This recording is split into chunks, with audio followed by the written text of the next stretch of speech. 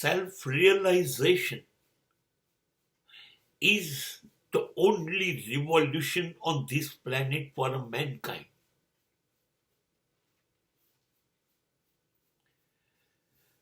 You must know who are you? Why are you? And if you are not here, then where are you? Before birth, what was your situation? And after that, what will be your situation? That answer will give you self-realization.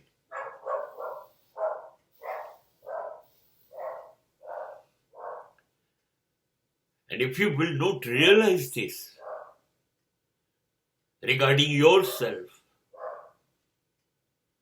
then there will not be any revolution.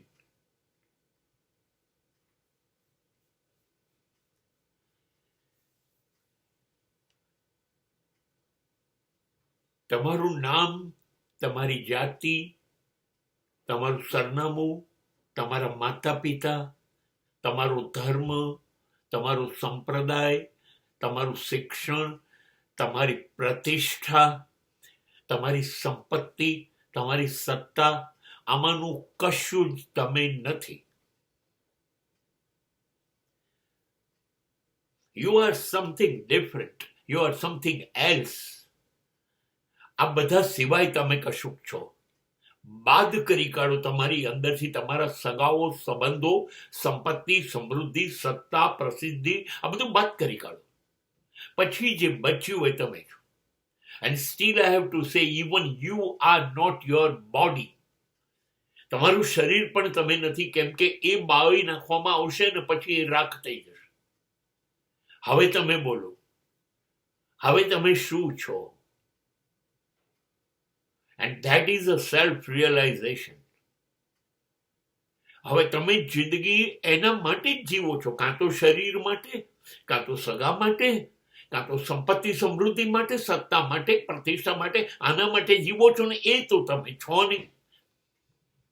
એના માટે મળેલા તમારા શ્વાસ, એના માટે મળેલું તમારું આયુષ્ય તમે દિવસ જાય એમ ખતમ કરતા જાઓ છો. અને એ તમે છો નહીં. જે મેળવવા માટે તમે આખું આયુષ્ય ખતમ કર્યું એ તમે નથી. તમે જે છો એને તમે ઓળખતા નથી ને ઓળખવા માંગતા નથી. અને આવું આ વખતે બન્યું એવું નથી. આ પહેલા તમે હજારો વખત જન્મ્યા અને હજારો વખત મૃત્યુ પામ્યા અને દરેક વખતે તમારી ઓળખાણ વગર પાછા ગયા.